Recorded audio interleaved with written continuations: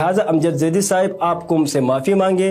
आपने मंडेट की तौहीन की है। आप अमजद ज़ैदी के तौर पर नहीं गए थे, आप सीनियर वज़ीर के तौर पर गए थे। उन्होंने जमील अहमद की दरख्वास्त को नाकाबिल समाअत करार देकर खारिज कर दिया है।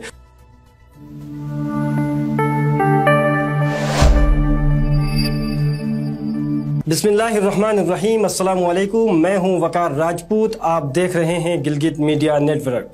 नाजरीन, आज के पॉडकास्ट में दो मौज़ूआत पे बात करेंगे। सुप्रीम अपीलेट कोर्ट में एक केस पर फैसला हुआ है। हफीज़ुर रहमान की जो जाली डिग्री से मुतालिक जो केस थी उसको पर फैसला हुआ है, इस पे बात करेंगे। और दूसरा, साबिक के स्पीकर और मौजूदा सीनियर वज़ीर आजकल ब्यूरोक्रेसी के दफातर में यात्रा कर रहे हैं, इसकी क्या वजह है, इस पर भी हम बात करेंगे। सबसे पहले आते हैं हफीज़ुर रहमान की जाली डिग्री केस पर। सुप्रीम अपीलेट कोर्ट में जमील अहमद ने एक केस दायर किया था जिसमें उन्होंने मौक़िफ़ इख्तियार किया था कि हफीज़ुर रहमान ने 2015 का जो इलेक्शन जीता है उसमें उन्होंने जो इलेक्शन कमीशन में जो डिग्री जमा करवाई है वो जाली है, लिहाजा इसकी मेंबरशिप जो है वो मनसूख की जाए, असम्बली रुकनियत ख़त्म की जाए। जिस पर इलेक्शन ट्रिब्यूनल में सबसे पहले केसेस चले, उसके बाद इलेक्शन ट्रिब्यूनल से वो केस हफीज़ुर रहमान के हक़ में गई और जमील अहमद की दरख्वास्त जो है वो खारिज हो गई थी। उसके बाद जमील अहमद इलेक्शन ट्रिब्यूनल के फैसले के ख़िलाफ़ सुप्रीम अपीलेट कोर्ट जाते हैं।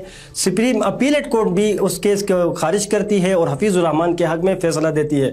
ये 2015 की मैं बात कर रहा हूँ। फिर 2018 में उस वक़्त के चीफ जस्टिस राना शमीम ने बाज़ वजूहात की बुनियाद पर पिटीशन को सो मोटो में कन्वर्ट कर दिया और उससे को सो मोटो में तब्दील कर दिया। दरमियान में उससे सो मोटो एक्शन में चीफ जस्टिस राना शमीम जो है वो रिटायर होते हैं। उसके बाद कायम मकाम जो चीफ जस्टिस है वो उस केस को सुनने के बाद खारिज करते हैं। अब सरदार शमीम की अदालत में दोबारा इस केस को जमील अहमद लेकर जाते हैं और उस जमील अहमद ने आज दरख्वास्त गुजारी और उस दरख्वास्त पर आज समाअत हुई। मुख्तसर समाअत के बाद सरदार शमीम जो कि मौजूदा चीफ जस्टिस है, उन्होंने जमील अहमद की दरख्वास्त को नाकाबिल समाअत करार देकर खारिज कर दिया है। तो हफीज़ुर रहमान के हवाले से उन्होंने ये कहा कि ये उस वक़्त 2015 में मामलात थे, तो अब जो है कि 2024 है तो इस केस की कोई वक़्त नहीं रहती है, तो लिहाजा आपकी दरख्वास्त को हम किस बुनियाद पर सुन सकते हैं। लिहाजा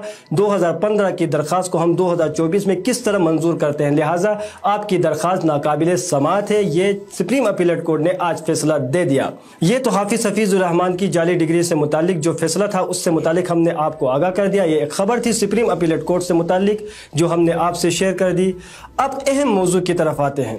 साबिक स्पीकर अमजद ज़ैदी और मौजूदा सीनियर वज़ीर हैं जो कि इस वक्त ओहदे पर फाइज है। आप जब अवाम का वोट लेकर इक़्तिदार में आते हैं और आप वज़ारत हासिल करते हैं तो उस वक़्त आप सिर्फ ज़ाती तौर पर अमजद ज़ैदी नहीं रहते हैं, आप बल्कि एक अवामी नुमाइंदे के तौर पर आपको जाना और पहचाना जाता है। आप इस वक्त एक सीनियर वज़ीर है। हुजूर वाला आपको मालूम होना चाहिए, आप के दफ्तर में ब्यूरोक्रेसी आपके दफ्तर में आना चाहिए। असिस्टेंट कमिश्नर हो या चीफ सेक्रेटरी हो वो तो आपके दफ्तर में आना चाहिए। लेकिन अफसोस ये हुआ कि अवाम का मंडेट लेकर आपने जिस तरह अवाम के मंडेट की तौहीन की है उसकी मिसाल तो गिलगित बल्तिस्तान में नहीं मिलती है। ठीक है, आपकी साहिबजादी असिस्टेंट कमिश्नर बन चुकी है तो आप अपने घर में भी उसको मुबारकबादी दे सकते थे।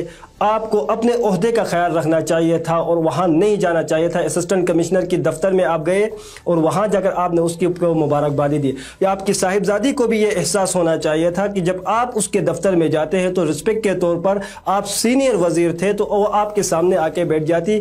आपके ओहदे की तजलील हो चुकी है, सीनियर वज़ीर के ओहदे की तजलील हो चुकी है।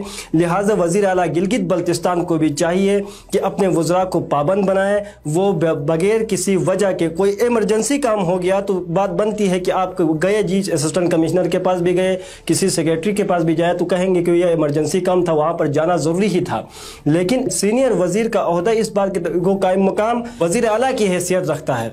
आप इस तरह अवाम के मंडेट की तौहीन करते रहेंगे तो अवाम आपके ऊपर तनकीद करते रहेंगे। लिहाजा अमजद ज़ैदी साहब आप कुम से माफ़ी मांगे। آپ نے منڈیٹ کی توہین کی ہے. آپ امجد زیدی کے طور پر نہیں گئے تھے, آپ سینئر وزیر کے طور پر گئے تھے, اور سینئر وزیر جو ہے وہ پبلک آفس ہولڈ نہیں کرتا ہے, وہ عوام کا نمائندہ ہوتا ہے, وہ عوام کے ووٹوں سے منتخب ہوتا ہے. اور آپ نے جس طرح عوام کے ووٹوں کی تذلیل کی ہے, اس کی مثال گلگت بلتستان میں نہیں ملتی ہے. امید ہے وزیر اعلیٰ گلگت بلتستان اپنے وزراء اور اپنے معاونین کو پابند بنائیں گے کہ وہ آئندہ بیوروکریسی پبلک سرونٹ کے دفاتر میں جانے سے اجتناب کریں گے. ناظرین, ایک نئے پوڈ کاسٹ کے ساتھ آپ کی خدمت میں حاضر ہوں گے. اجازت دیجیے. اللہ حافظ.